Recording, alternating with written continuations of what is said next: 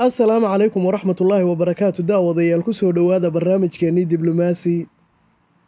dowladaha reer galbeedka waxaynu ku naqaanaa mar walba guuli u soo hoyato dowladda Turkiga khilaafaadkoodana ay meesha ka saaraan madaxda hogaamiye dalkaas inay aad uga caroodaan waa dowlado iyagu had iyo goor ka soo horjeeda horumarka dowladda islaamka ah xilli ay waliba kala tirsan tahay gaashaanbuurta NATO maalnimadii maanta haydna warbaahinta reer galbeedka inteeda badani waxay hadal haysaa sida Mohamed Simsek waa wasiirka cusub ee maaliyadda horena u soo qabtay xilka una soo noqday ra'iisul wasaare ku-xigeen ugu qanciyay madaxweyne Erdogan qaabka loo maamulayo dhaqaalaha dalka Mohamed Simsek ayaa ugu dambeyn ku guuleystay inuu ku qanciyo madaxweyne Rajab Tayyip Erdogan inuu ka kaaftoomo siyaasaddiisii ahayd lacagaha deymaha iyo kuwa dulsaarka ee dadweynaha laga qaado in hoos loo dhigo saddexdii sannadood ee la soo dhaafay lacagta Turkiga waxay ahayd mid had iyo goor hoos u dhacda madaxweyne Erdogan waxa uu waday siyaasaddiisa ku dhisan lacagta dulsaarka ee amaha dadka marka la siinayo laga qaado in hoos loo dhigo arrinta ayuu sheegay dhaqaalayahanka ugu wanaagsan dalka Turkiga waa Mohamed Simsek wasiirka maaliyadda inay tahay mid aan u wanaagsanayn dhaqaalaha dalka waana sababtii uu hore xilka isaga caslay Erdogan iyo Mohamed Simsek waa laba siyaasi oo isku aragti iskuna xisbi ah meelo badanna ku kala duwan dhaqaalaha markay noqoto Erdogan iyo wasiirkiisa maaliyaddu waxay ka wada socdaan ribada oo la diido maadaama labada ninba ay yihiin kuwa islaamiyiin ah aan ogolayn dalkooda qaababka bangiyada ka shaqeeya inaanay wax riba qaadan balse waxay ku kala duwan yihiin sida loo maamulayo dhaqaalaha dalka hore Mohamed Simsek waxa uu sheegay madaxweynihiisa inuu jecel yahay siyaasadihiisana taageersan yahay balse madaxweynuhu uu ku dhaxmilmay hawsha maaliyaddu aan wax khibrad u lahayn Mohamed Simsek ayaa dadka Turkida isku raacsan yihiin inuu yahay shakhsiga ugu badiya dhaqaalaha marka ay noqoto lagana heli karo xilligan gudaha dalka Turkiga siyaasiyiinta Turkiga markii uu Simsek casilay dabadeed waxay u kala jabeen laba garab waxay noqdeen kuwa iyagu raacsan taageersana khibradda Mohamed Simsek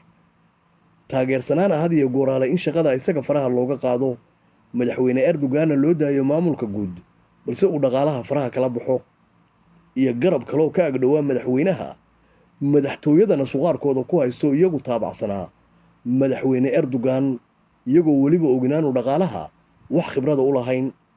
sidoo kale waxa jira dadka hantiilayaasha ee Turkiga iyo ganacsatada guud inay iyaguna laba garab u kala jabeen qaybo qandaraasyo aad u wanaagsan faa'iido badanna ay ka helaan ku haystay madaxweyne Erdogan oo isaga taageeray iyo kuwa dhaqaalaha dalka ka fikirayo ka soo horjeestay ragga madaxweyne Erdogan ka soo horjeestana waxaynu ka xusi karnaa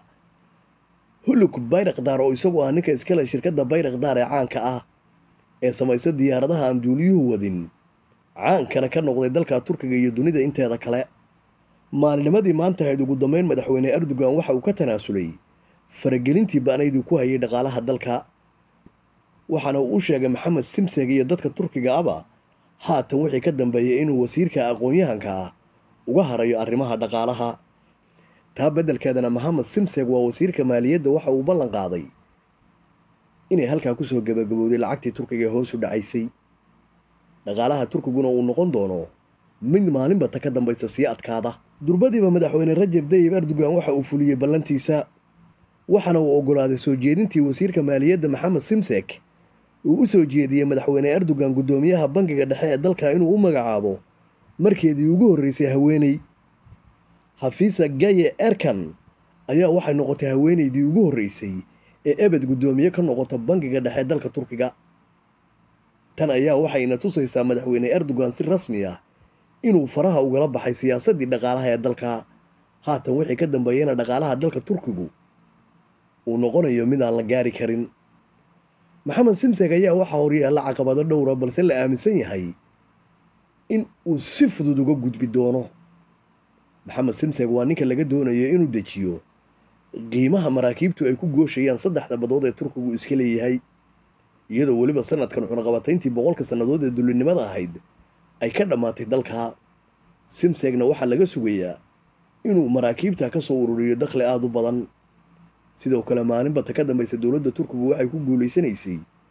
mashaariic horumarineed inay dalkeeda ka hirgeliso madaxweyne Erdogan oo arrinta hormuud ka ahaa waxa badnaa gaasaska dabiiciga ee dalka laga helay in dhawaalaba haddii ay noqon lahayd dhulka iyo weliba badaha saddexda ah. sidoo kale waxaan kala joogsi lahayn horumarka ka socda gudaha dalka Turkiga marka ay noqoto dhinac kastoo bini'aadan horumar ka gaaro, haddii ay ahaan lahaayeen qalabyada militariga, caafimaadka, dalxiiska, warshadaynta iyo wax kastoo bini'aadan madaxiisa kor ugu qaadi karo.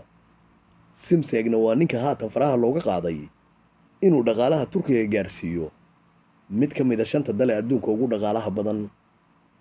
arrintaasuna waa mid uu Maxamed Simsek si fudud u ballan qaadayo. ugu dambeyn daawadayaal, Maxamed Simsek ayaynu u rajaynaynaa inuu ku guuleysto hawsha adag, danna uga fudud isaga aqoontiisa marka aynu ku dhufanno inuu Ilaahay u fududeeyo.